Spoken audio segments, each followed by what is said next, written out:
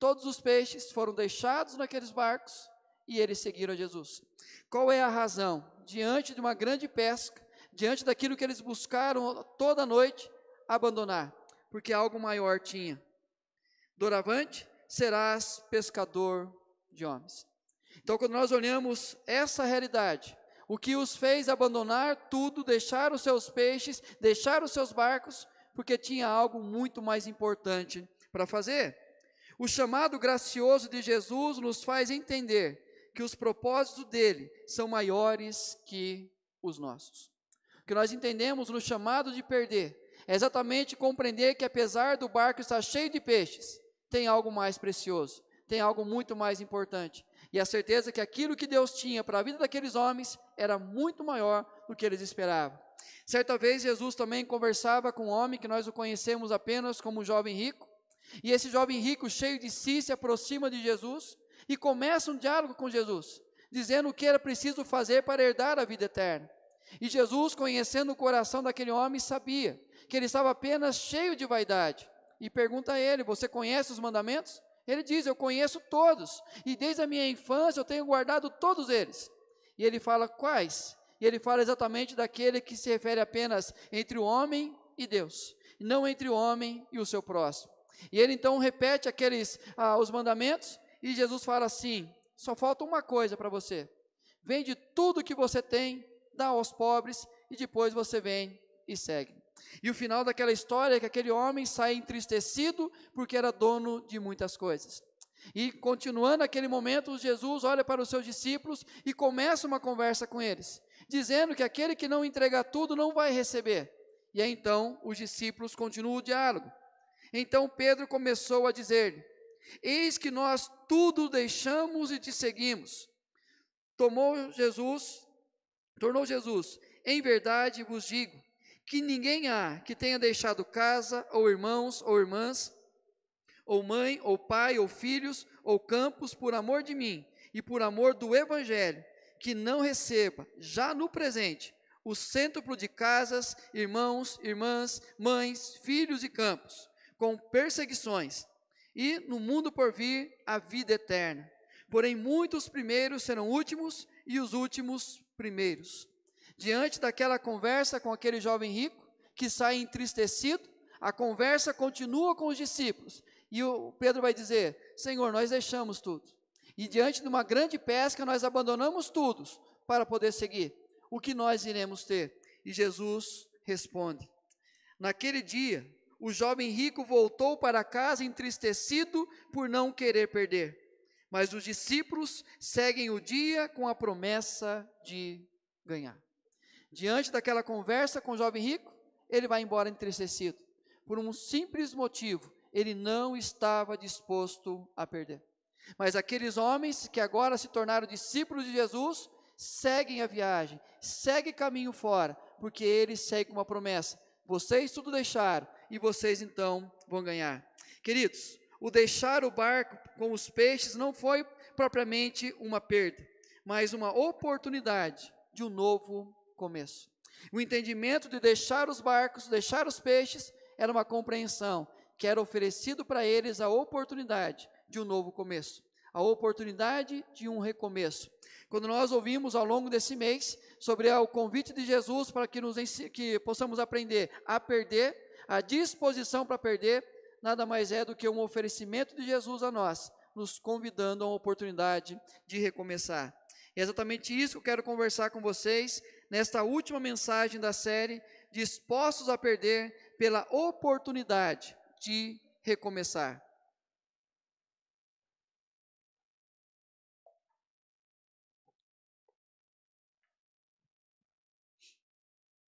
Lucas capítulo 22, versos 54 ao 62.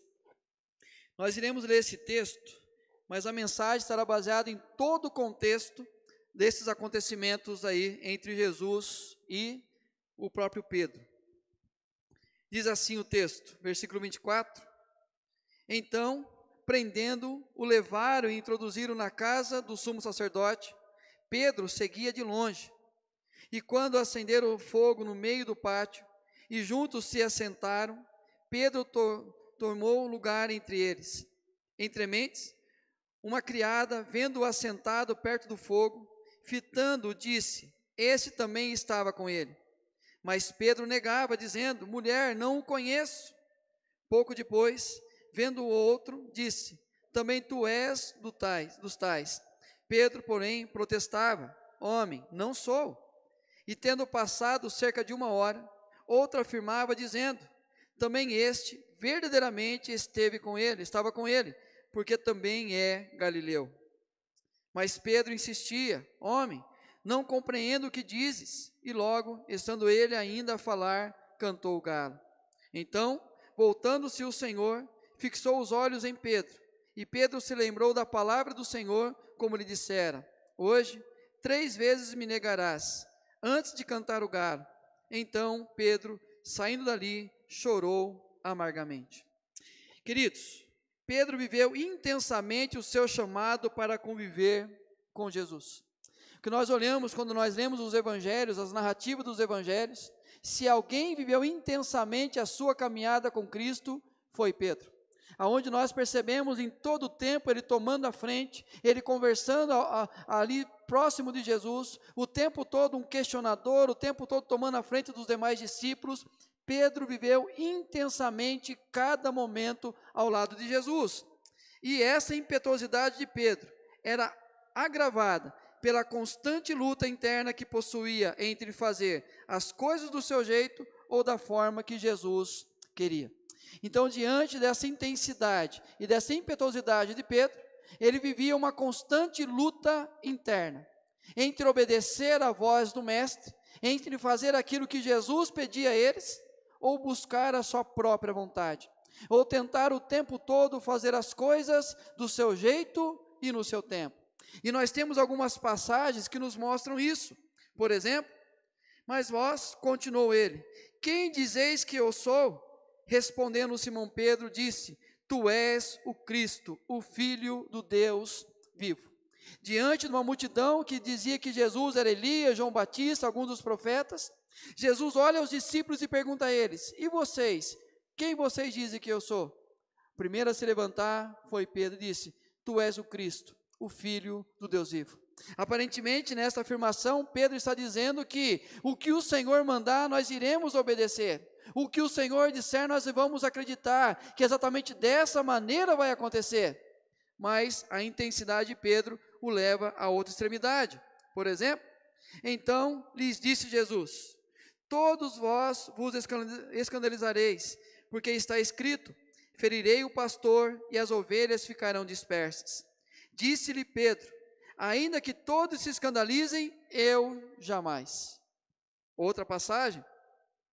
Ele, porém, respondeu: Senhor, estou pronto a ir contigo, tanto para a prisão como para a morte.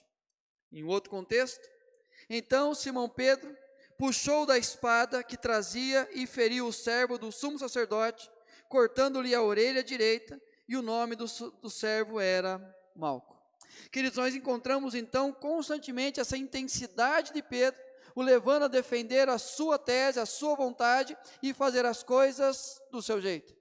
Em contrapartida, nós encontramos Jesus dialogando com Pedro e o repreendendo. Mas Jesus disse a Pedro: mete a espada na bainha, não beberei porventura o cálice que o Pai me deu? Pedro, você está se levantando contra o que o Pai quer que eu faça. E mostra essa constante intensidade de Pedro.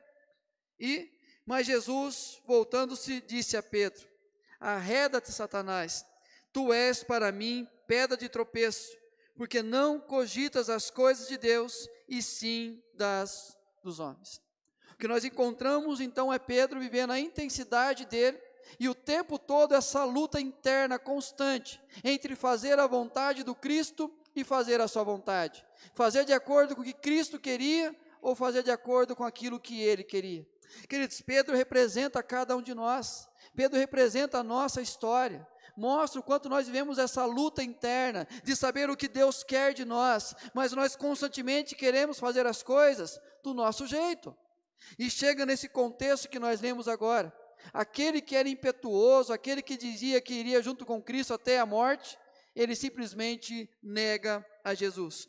E a grande questão é: o que significou para Pedro a negação. E aí nós temos duas formas de olhar. Primeiro, antes da ressurreição, e caindo em si, desatou a chorar. Então Pedro, saindo dali, chorou amargamente. Diante daquele momento que o galo canta, é trazido à memória aquilo que Jesus havia dito a ele que ele faria, e que ele disse que jamais faria.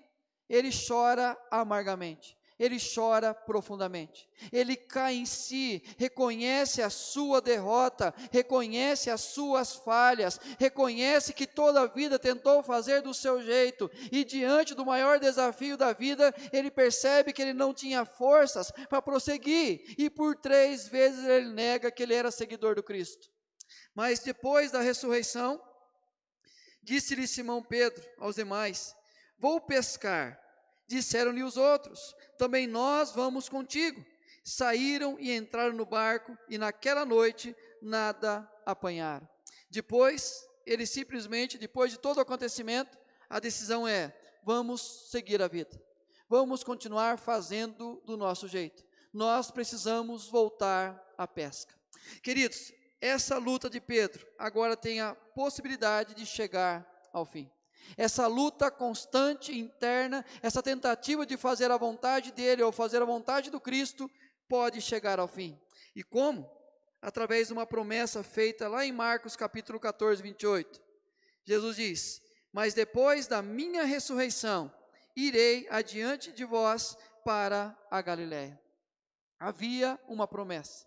Jesus disse tudo o que aconteceria com ele, mas também disse: eu irei ressuscitar. E quando vier a minha ressuscitação, eu irei à frente de vocês e encontrarei vocês na Galiléia. E aí o que chega? A notícia da ressurreição. Ele, porém, lhes disse: nós não vos atemorizeis, buscai a Jesus, o Nazareno, que foi crucificado. Ele ressuscitou, não está mais aqui. Vede o lugar onde o tinham posto. A promessa: eu vou ressuscitar.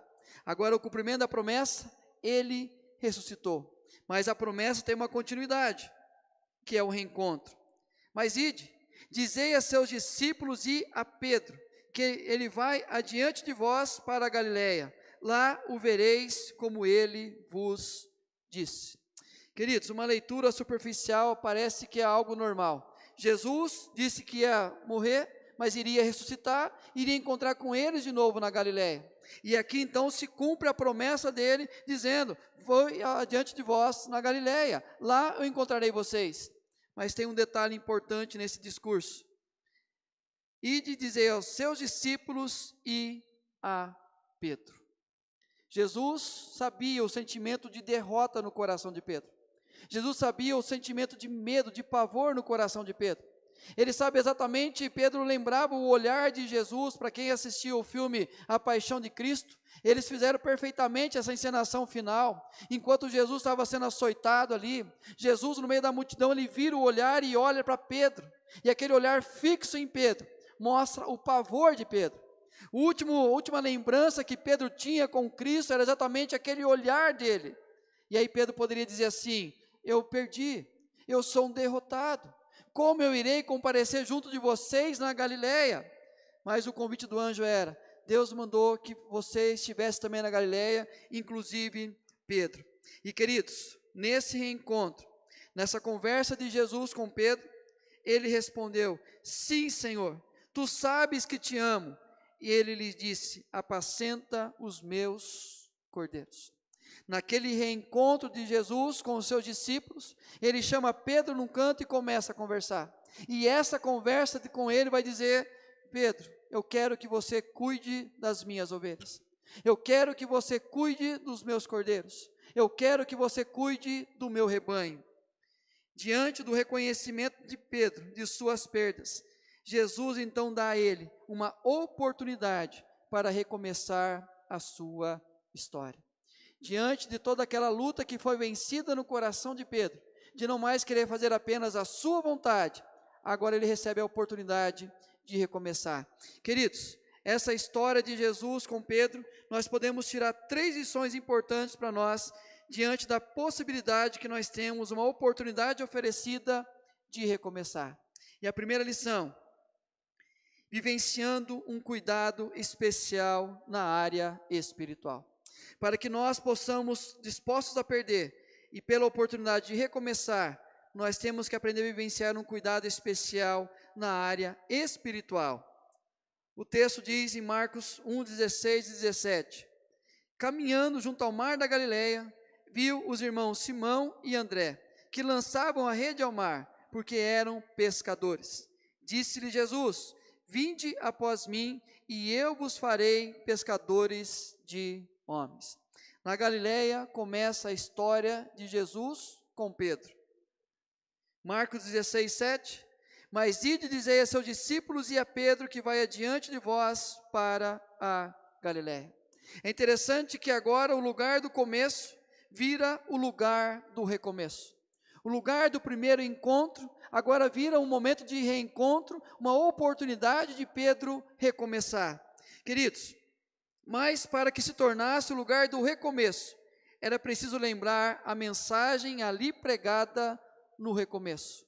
O lugar era o mesmo, era a Galileia, e era necessário se reencontrar naquele lugar, mas também lembrar a primeira mensagem do Cristo pregado na Galileia.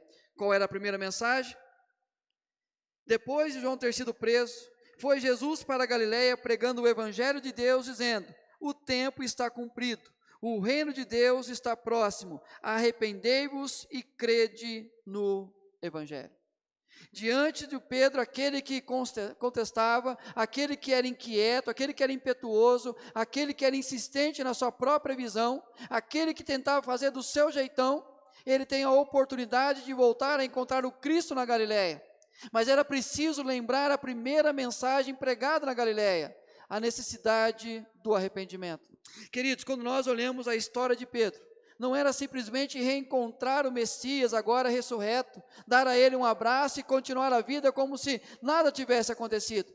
Era preciso um quebrantamento profundo, era preciso um reconhecimento dos seus erros, era preciso reconhecer as suas derrotas, para que ele pudesse recomeçar. Era preciso que Pedro novamente deixasse tudo para que pudesse seguir a sua história. Era preciso Pedro olhar para si e saber: até aqui eu tentei fazer do meu jeito, até aqui eu tentei questionar o que Jesus queria para mim, mas agora eu reconheço que eu preciso aprender a fazer do jeito dele. É interessante que a carta que nós temos à igreja de Éfeso em Apocalipse, que exalta exatamente uma igreja que era ativa, uma igreja que trabalhava, uma igreja que se movimentava, uma igreja que o tempo todo estava agindo, fazendo alguma coisa. Mas para essa igreja eles recebem a seguinte carta: tenho, porém, contra ti, que abandonaste o teu primeiro amor. Lembra-te, pois, de onde caíste, arrepende-te e volta à prática das primeiras obras. E, se não, venho a ti e te moverei do seu lugar o teu candeeiro, caso não te arrependas. Queridos, muitas vezes a nossa espiritualidade, nós ainda não reconhecemos que nós temos uma luta constante entre fazer a nossa vontade ou fazer a vontade do Cristo. E nós tentamos levar a vida desse jeito, e parece que o nosso coração não muda, as coisas não acontecem. Mas é preciso trabalhar a nossa vida espiritual. É preciso reconhecer que o nosso jeito não dá certo. O nosso jeito não é o suficiente. O nosso jeito não é o jeito que Deus quer. E nós precisamos aprender a se quebrantar diante dEle, a preparar o nosso arrependimento, para que a vontade dEle prevaleça sobre a nossa vontade. Pedro sabia que ele precisaria mais uma vez aprender, deixar tudo, para que ele pudesse crer no Evangelho e seguir o Messias. Primeira coisa para um recomeço: um cuidado especial na área espiritual da nossa vida, a necessidade do arrependimento. Mas uma segunda lição: vivendo um cuidado especial no coração. O texto que tem lá em João 21, 17, a conversa de Jesus com Pedro. Pela terceira vez Jesus lhe perguntou: Simão, filho de João, tu me amas?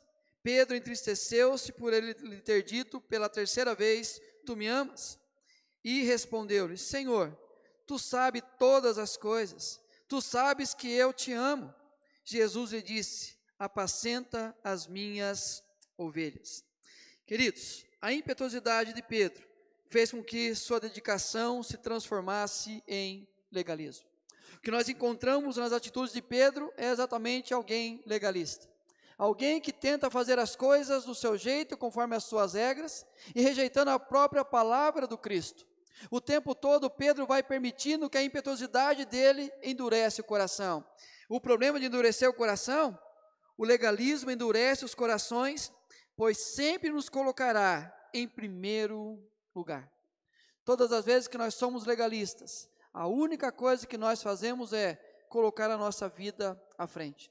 A partir disso, colocamos Cristo, colocamos a nossa fé, mas primeiro, a minha vontade do meu jeito.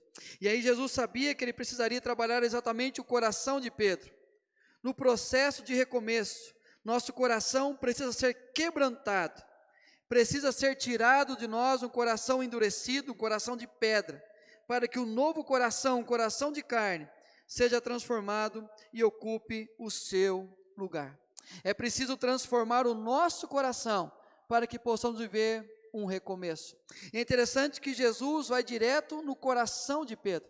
Jesus conversa com ele exatamente sobre o sentimento do coração de Pedro. E por 3 vezes pergunta a Pedro: Pedro, tu me amas? E queridos, o grande problema de termos uma Bíblia em português e não a termos no grego original, é o fato que nós lemos apenas uma conversa comum entre eles, repetindo: você me ama? Sim, o Senhor sabe que eu te amo. Você me ama? Sim, o Senhor sabe que eu te amo. Você me ama? Entristece dizendo: Senhor, o Senhor sabe todas as coisas, sabe que eu te amo. Mas este diálogo é construído da seguinte maneira: Jesus pergunta a Pedro: Pedro, você me ama sobre todas as coisas? Você tem o amor ágape, o amor sacrificial, o amor que entrega tudo a mim? A resposta de Pedro é: Senhor, tu sabe que eu te filéus. O Senhor sabe que eu tenho um apreço pelo Senhor. O Senhor sabe que eu gosto, um amor de amizade com o Senhor. E a segunda vez Jesus pergunta a Pedro: você tem um amor sacrificial por mim, Pedro? Você tem um amor disposto a entregar tudo por mim, Pedro? Pedro vai dizer: Senhor, o Senhor sabe que eu te filéus. O Senhor sabe que eu tenho um carinho especial. O Senhor sabe que eu amo o Senhor. E aí na terceira vez Jesus se iguala a Pedro: Pedro, você tem um carinho especial por mim? Você tem um amor sincero, um amor de amizade por mim? E aí então Pedro diz: Senhor sabe todas as coisas. E o Senhor sabe que é esse amor que eu tenho pelo Senhor. Queridos, Jesus dá a oportunidade a Pedro de avaliar o sentimento dominante em seu coração. O que Jesus está trabalhando com Pedro é: Pedro, qual que é o sentimento que domina o seu coração na sua relação comigo? Qual é a razão que move o seu coração na minha direção? Qual é o sentimento que produz o desejo que você tem de estar comigo? É interessante o quanto Jesus trabalha isso na vida de cada um de nós. O quanto o tempo todo ele avalia qual é o sentimento que move o nosso coração. Ele fala que ele nos ama profundamente, que ele pagou um alto preço por nós. Mas quando nós respondemos, a maior parte do tempo é: Senhor, me abençoa. Senhor, eu te quero bem, então sustenta a minha vida. Então me tira de um lamaçal. Senhor, me providencia o que eu quero. É o tempo todo um amor parcial, não é um amor de entrega profunda. E nós temos que entender esse convite de Jesus para cuidar do nosso coração, para que nós possamos recomeçar. E diante dessa sondagem que Jesus faz no coração dele, ele diz: apacenta as minhas ovelhas. Um coração tratado por Jesus corresponde ao seu amor e reflete no cumprimento da vocação. Quando Jesus trata o nosso coração, quando Jesus trata o nosso sentimento em relação a Ele, Ele está dizendo para nós: entenda qual é o chamado que eu tenho para a sua vida. Não é para voltar a ser um pescador, mas eu quero que você cuide das minhas ovelhas, cuida do meu rebanho. Eu quero que você entenda a vocação que eu tenho para você, Pedro.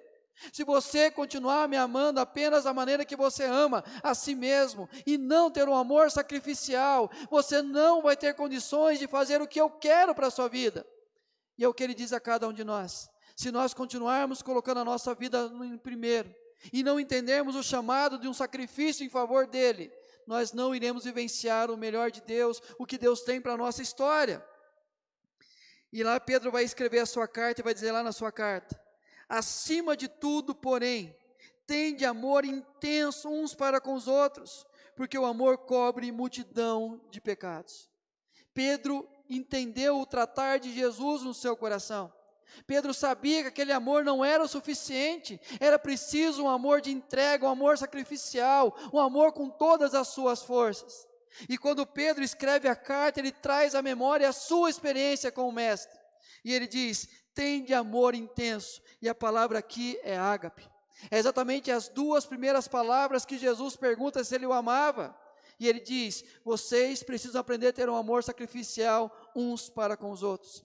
Por quê? Porque o amor sacrificial, ele vai cobrir multidão de pecados.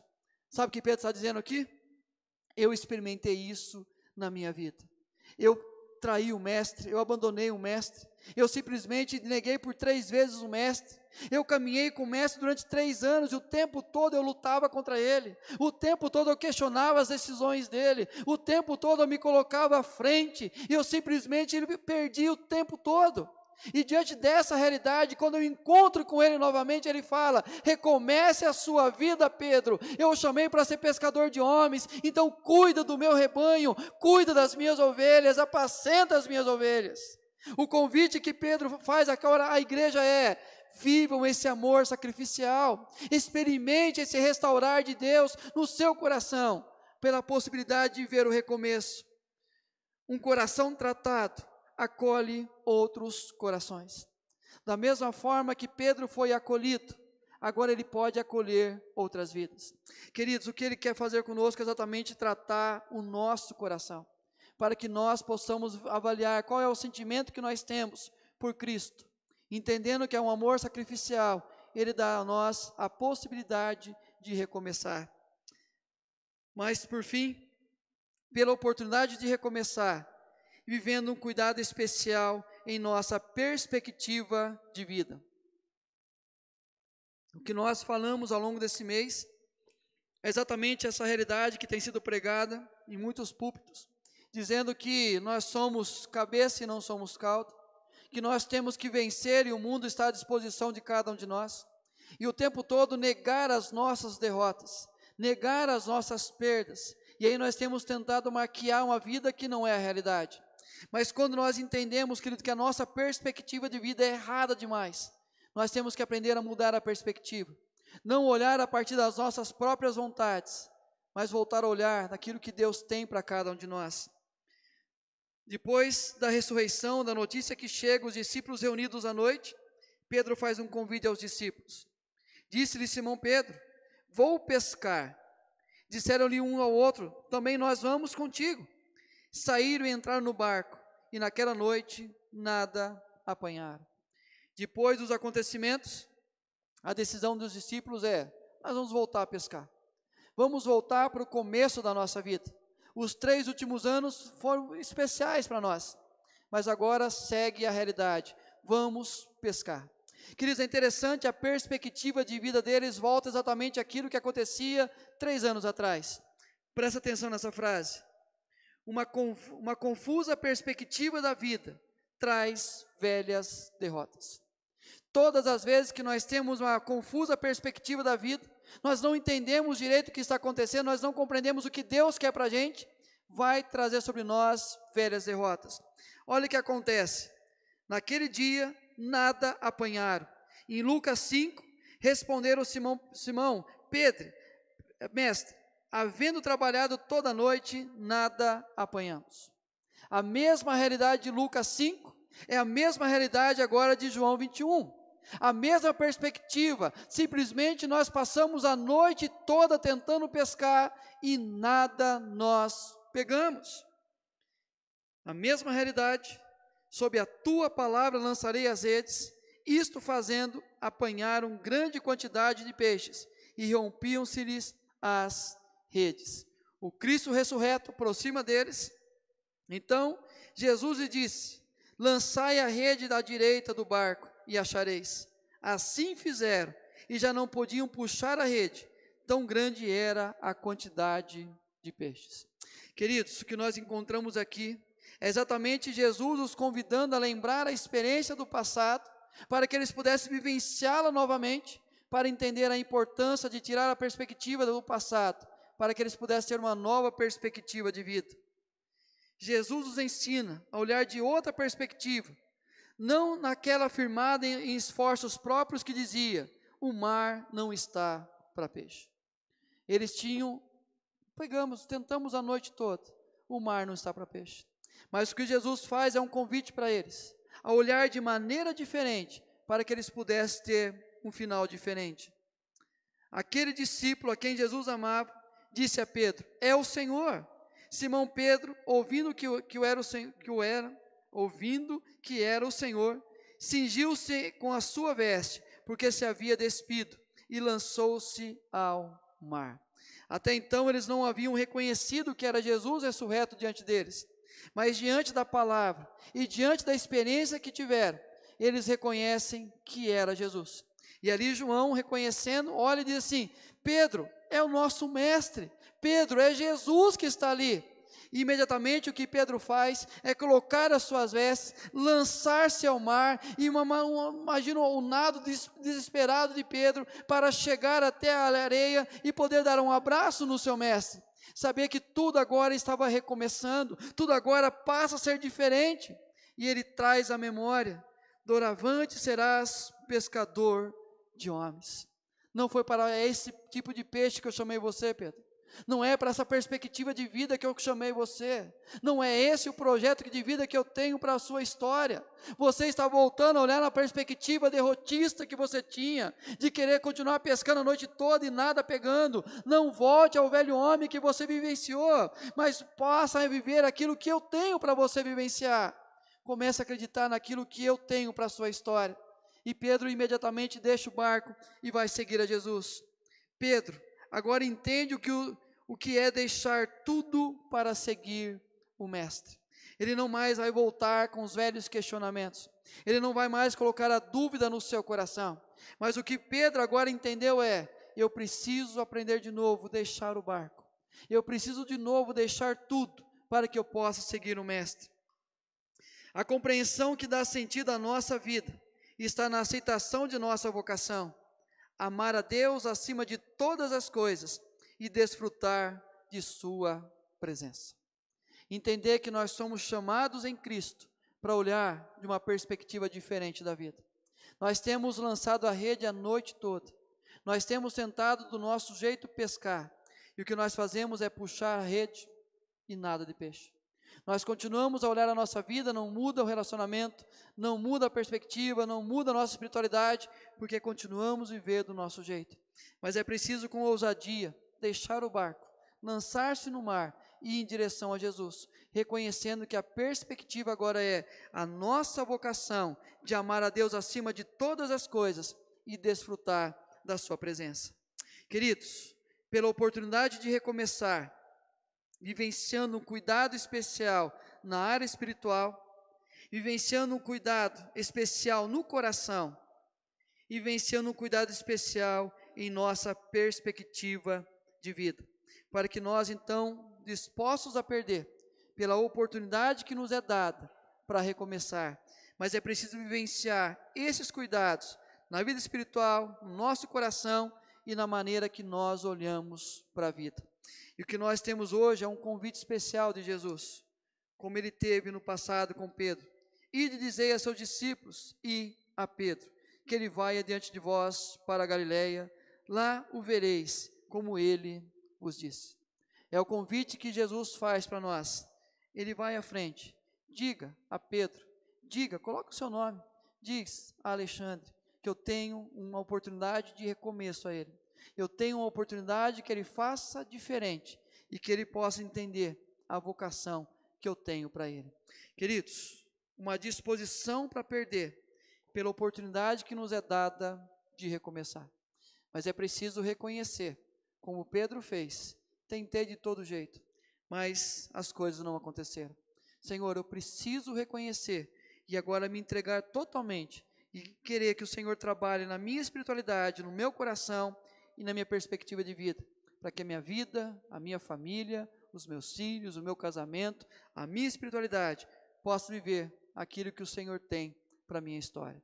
Quero convidar você a um tempo de oração, a um tempo de conversa, assim como Pedro foi chamado por Jesus num canto para uma conversa, nós temos a oportunidade de ter essa conversa com Jesus. E assim, diante dessa nossa conversa com Jesus, tentar dizer a Ele que nós continuaremos lutando do nosso jeito, ou tentar reconhecer as nossas derrotas, para que possamos viver o recomeço que Ele oferece a nós.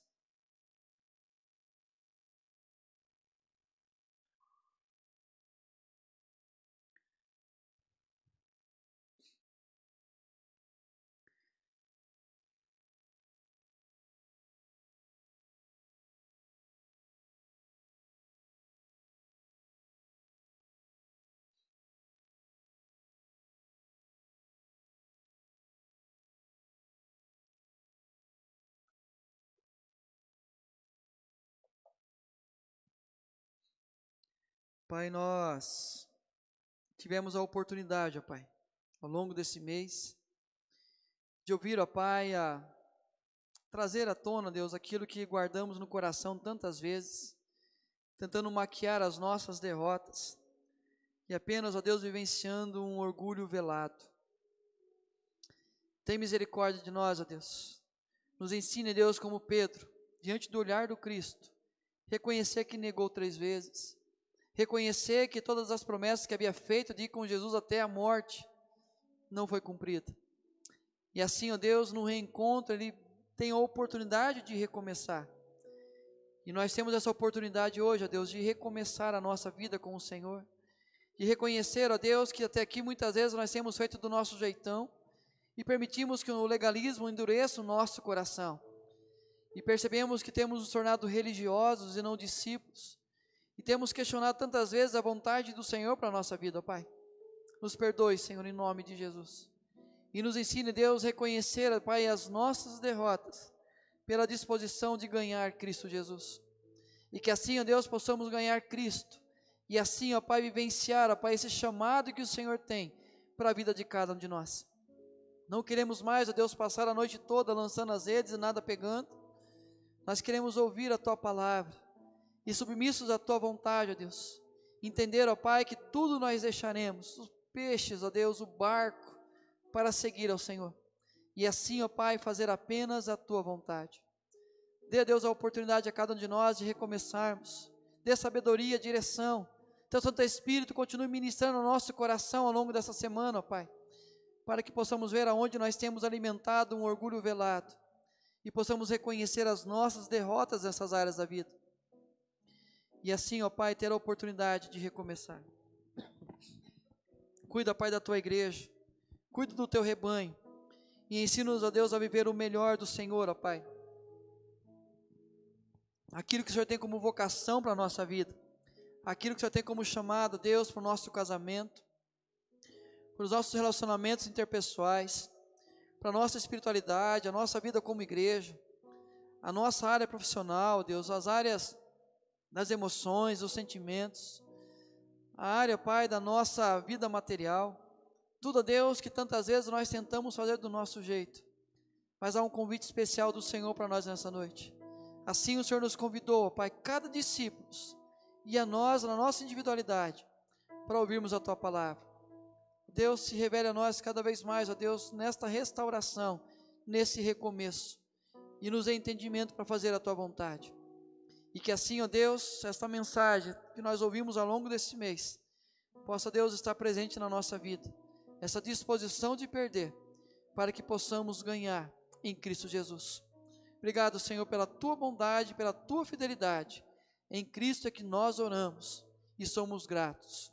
Amém, Senhor. Deus seja louvado, queridos, por essa oportunidade. E quando nós vamos para Atos dos Apóstolos, o que nós encontramos é Pedro diante do Sinédrio dizendo: cabe a mim fazer a vontade de Deus e não a vontade dos homens. E que assim seja sobre a vida de cada um de nós.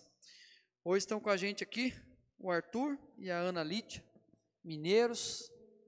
É bom falar com mineiro, né? Bom demais, é bom demais. Sejam muito bem-vindos, Deus abençoe muito, são amigos da Ana, são da terrinha da Ana. Como é o nome da terra lá?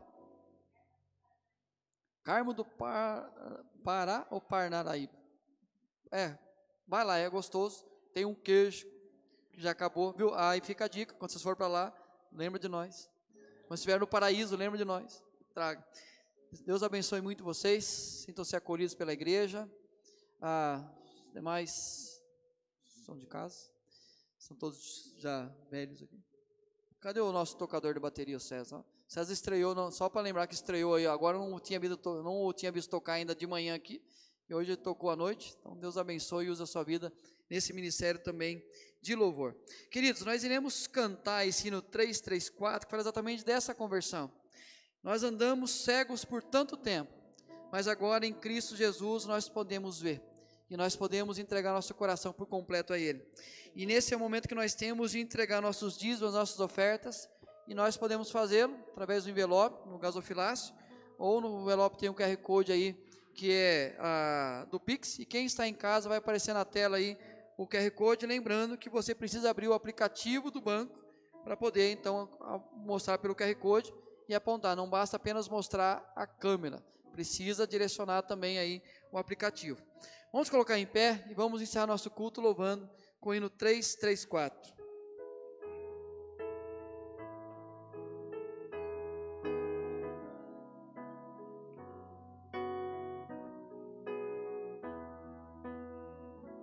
Em cegueira eu andei, impedido vaguei, longe, longe do meu Salvador. Mas a glória desceu, o seu sangue verteu e salvou este pobre pecador. Foi na cruz que um dia eu vi meu pecado castigado em Jesus. Foi ali pela fé que meus olhos abri, e agora me alegro em sua luz. Já ouvia falar dessa graça sem par, que do céu trouxe Cristo Jesus. Mas eu surdo me fiz, converti-me não quis ao Senhor que por mim morreu na cruz. Foi na cruz que um dia eu vi meu pecado castigado em Jesus. Foi ali pela fé que meus olhos abri, e agora me alegro em sua luz. Mas um dia senti meu pecado e vi sobre mim o castigo da lei. Apressado fugi, em Jesus me escondi, e abrigo seguro nele achei. Foi na cruz que um dia eu vi meu pecado castigado em Jesus. Foi ali pela fé que meus olhos abri, e agora me alegro em sua luz.